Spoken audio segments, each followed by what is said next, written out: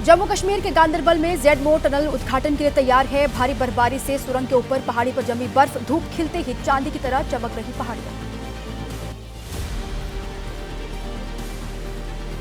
जम्मू कश्मीर के बांदीपोरा में भारी बर्फबारी से सड़कों पर जमी बर्फ स्थानीय लोगों को आने जाने में दिक्कतों का सामना करना पड़ रहा है। लोगों ने बर्फ को जल्द से जल्द हटाने की मांग उठाई। श्रीनगर में पड़ रही कड़ाके की सर्दी, बर्फबारी और शीतलहर से डल झील में जमा पानी, माइनस में चल रहा श्रीनगर का तापमान, लोग घरों में कैद। जम्मू कश्मीर के शोपियां में विंटर कार्निवाल का आयोजन, पर बर्फीली पहाड़ियों के बीच झूम रहे हैं स्थानीय लोग। कई खेलों का आयोजन किया जा रहा है। पर्यटक भी विंटर कार्निवाल का आनंद उठा रहे हैं। उत्तराखंड में मौसम ने एक बार फिर बदली करवट। कम ऊंचाई वाले क्षेत्रों में हल्की बूंदाबांदी हुई। ऊंचाई वाले इलाकों में बर्फबारी हो रही है। तापमान में गिरावट, करीब 1 डिग्री सेल्सियस तक लुढ़का पारा। उत्तराखंड के चक्राता में भारी बर्फबारी, घर और गाड़ियां बर्फ की सफेद चादर से ढकी। सड़कों पर भी कई फीट तक जमी बर्फ। बर्फबारी का जमकर मजा ले रहे हैं सैलानी। उत्तराखंड के नैनीताल में बर्फ से ढके पहाड़, बारिश के बाद बर्फबारी से ठंड बढ़ गई है। नैनीताल के आसपास के इलाकों में बर्फबारी लगातार जारी है। बर्फबारी से लोगों के चेहरे खिले। हिमाचल के लाहौल स्पीति में बर्फबारी से लुढ़का पारा। ताबो इलाके में सबसे कम -5.2 डिग्री तापमान रिकॉर्ड किया गया। मौसम विभाग ने अगले 24 घंटे के दौरान ऊंचाई वाले इलाकों में बर्फबारी और मैदानी इलाकों में बारिश की संभावना जाहिर की है।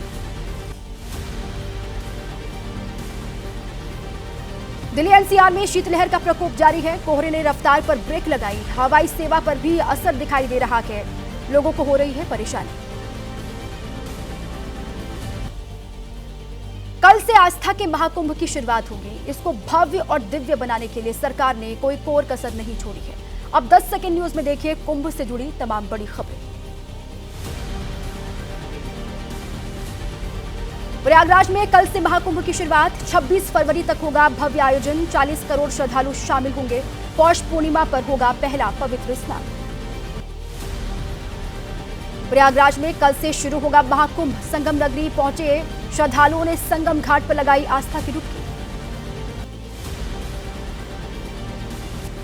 एप्पल के को फाउंडर स्टीव जॉब्स की पत्नी लॉरेन पॉवेल वाराणसी से संगम नगरी प्रयागराज पहुंची। महाकुंभ में कल्पवास करेंगी लॉरेन पॉवेल। स्वामी कैलाशनंद गिरी के आश्रम में पहुंची लॉरेन का गुरु ने कमला नाम रखा।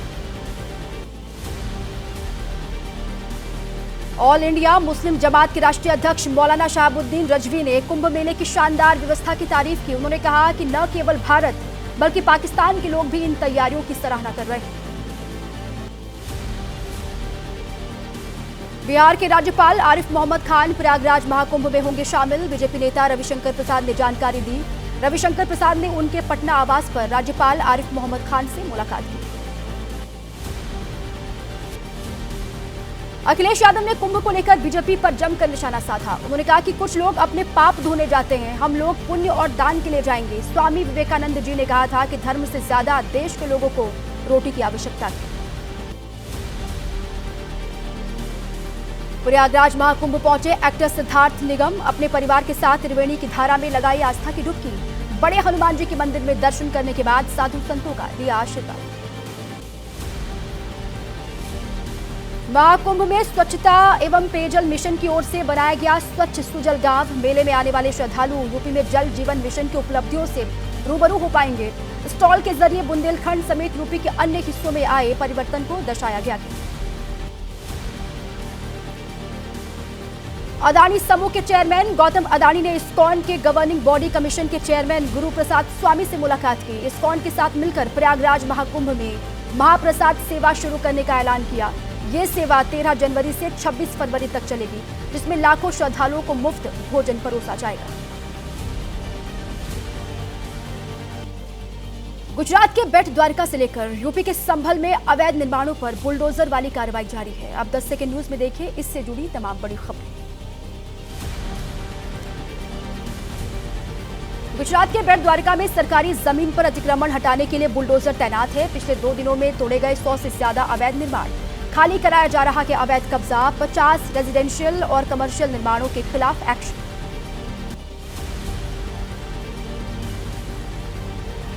संभल में खराब मौसम के चलते बावड़ी की खुदाई पर एएसआई की टीम ने रोक लगाई। बारिश के पानी का अंदर ना जाए पानी, इस वजह से काम रोका गया। बावड़ी को प्लास्टिक की चादर से ढका गया।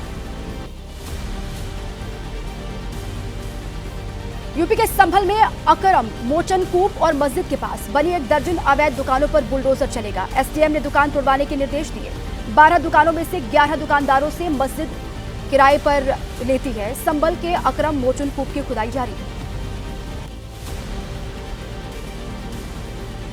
संभल में नगर में बन रही भगवान श्री राम की विशाल मूर्ति, रामबाग धाम ट्रस्ट की ओर से 51 फीट की प्रतिमा का निर्माण किया जा रहा है। सबसे ऊंची प्रतिमा के निर्माण पर सीएम योगी ने पत्र भेजकर शुभकामनाएं दी।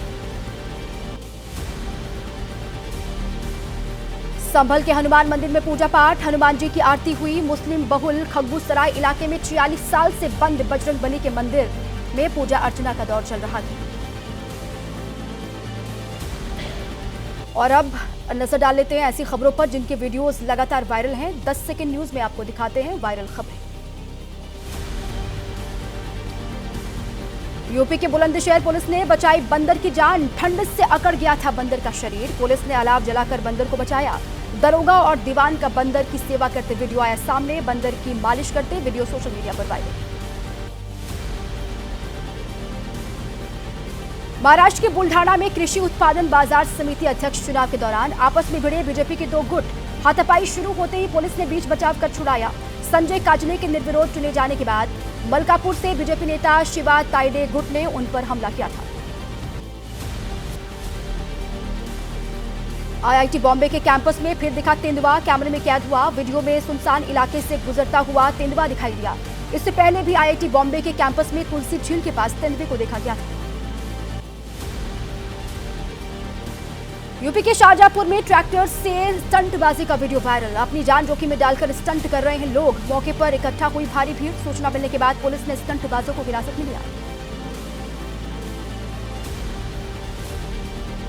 सर्दी के मौसम में हादसे लगातार बढ़ रहे हैं। अब आपको दिखाते हैं हादसे से जुड़ी तमाम बड़ी खबरें। 10 सेकंड। आईआईटी खड़गपुर में रसायन विभाग के जूनियर लैब असिस्टेंट का शव हॉस्टल के कमरे में फंदे से लटकता हुआ मिला। पुलिस ने शव को पोस्टमार्टम के लिए भेज दिया है। सुसाइड नोट भी मिला है। मामले की जांच कर रही है पुलिस।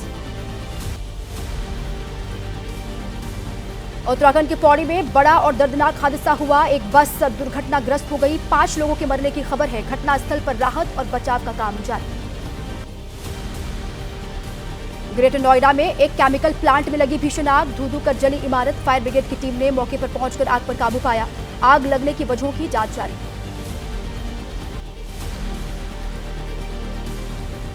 महाराष्ट्र के भिवंडी में फर्नीचर और स्क्रैप गोदाम में आग लगी। मौके पर अफरा तफरी का माहौल बना। फायर ब्रिगेड की 3 गाड़ियों ने मशक्कत के बाद आग पर काबू पा लिया। राजस्थान के अलवर में ग्रीनवे मेटल कंपनी में लगी आग। दमकल की 4 गाड़ियों ने आग पर काबू पाया। हादसे में करोड़ों के नुकसान की आशंका।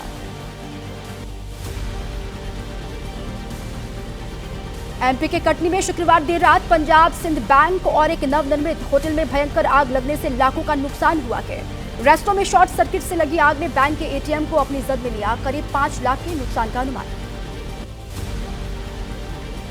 छत्तीसगढ़ के भाटापारा से कांग्रेस विधायक इंद्र साव बाल बचे। यूपी के सोनभद्र में उनकी कार की ट्रक से जोरदार टक्कर हो गई। हादसे में कांग्रेस एमएलए और उनके परिजन घायल हुए हैं। प्रयागराज महाकुंभ जाने के दौरान यह घटना हुई। यूपी के मेरठ में मुर्गों से भरे पिकअप ने टेम्पो में मारी जोरदार टक्कर। हादसे में 6 से ज्यादा सवारियां घायल। सभी घायलों को अस्पताल में शिफ्ट किया गया। हस्तिनापुर से मेरठ जा रहा था टेम्पो। यूपी के कानपुर में एलपीजी टैंकर और पिकअप में जबरदस्त भिड़ंत। टक्कर के बाद टैंकर से गैस का रिसाव शुरू हुआ। हाईवे पर लंबा जाम लगा। पुलिस और फायर ब्रिगेड की टीमों ने घटनास्थल पर पहुंचकर हालात को काबू किया। जहां एक और वादियों में बर्फबारी से तापमान में गिरावट आ गई है, वहीं दिल्ली में सियासी घमासान लगातार जारी है। दिल्ली के दंगल को लेकर बीजेपी और आम आदमी पार्टी दोनों ही आमने सामने हैं। बीजेपी ने आज तीसरी लिस्ट में एक उम्मीदवार के नाम की घोषणा की है। अब दिल्ली के दंगल की तमाम बड़ी खबरें 10 सेकंड।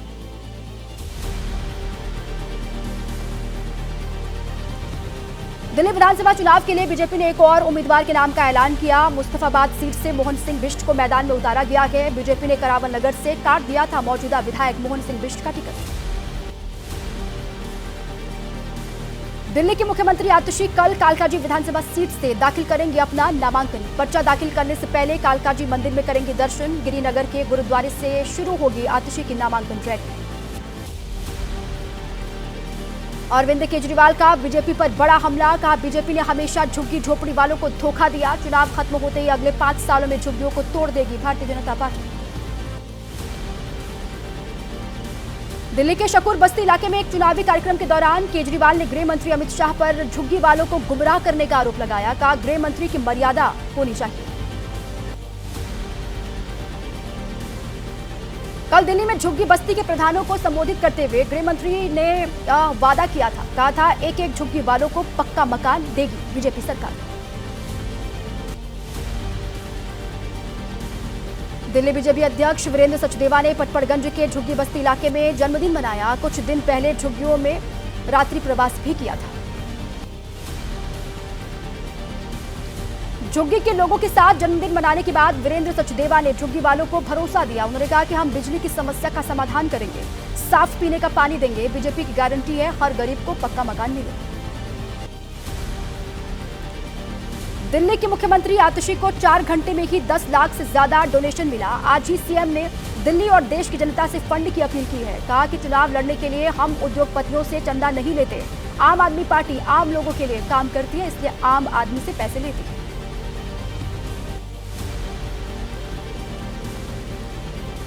केंद्रीय मंत्री हरदीप सिंह पुरी ने केजरीवाल पर हमला बोला। उन्होंने कहा कि केजरीवाल ने दिल्ली का सत्यानाश कर दिया। आम आदमी पार्टी ने जनता से झूठे वादे किए। दिल्ली पंजाब में एक भी गारंटी को आम आदमी पार्टी की सरकार ने पूरा नहीं किया।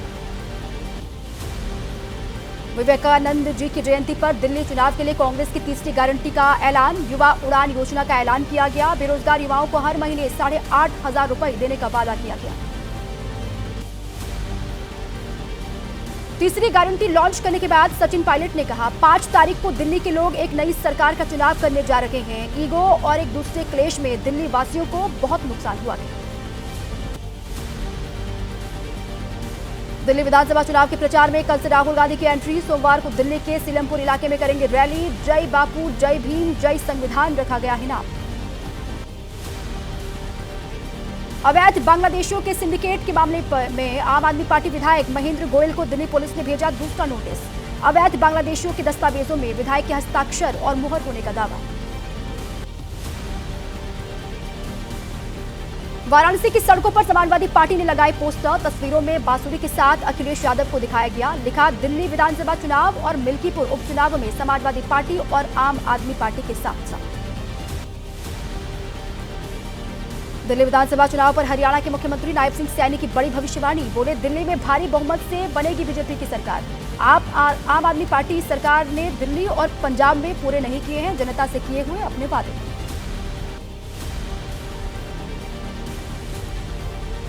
गृह मंत्री अमित शाह ने आज शिरडी में राज्य स्तरीय कार्यकर्ता सम्मेलन को संबोधित करते हुए दावा किया कि घमंडिया गठबंधन के टूटने की शुरुआत हो गई है। उन्होंने दावा किया कि दिल्ली में भी बीजेपी की सरकार बनेगी। कांग्रेस सांसद दीपेंद्र हुड्डा ने दिल्ली विधानसभा चुनाव में कांग्रेस के बेहतर प्रदर्शन की उम्मीद जाहिर की है। उन्होंने कहा कि कांग्रेस के कार्यकाल में दिल्ली में बहुत विकास के काम हुए थे। दीपेंद्र हुड्डा ने कहा मैं महाकुंभ जरूर जाऊंगा।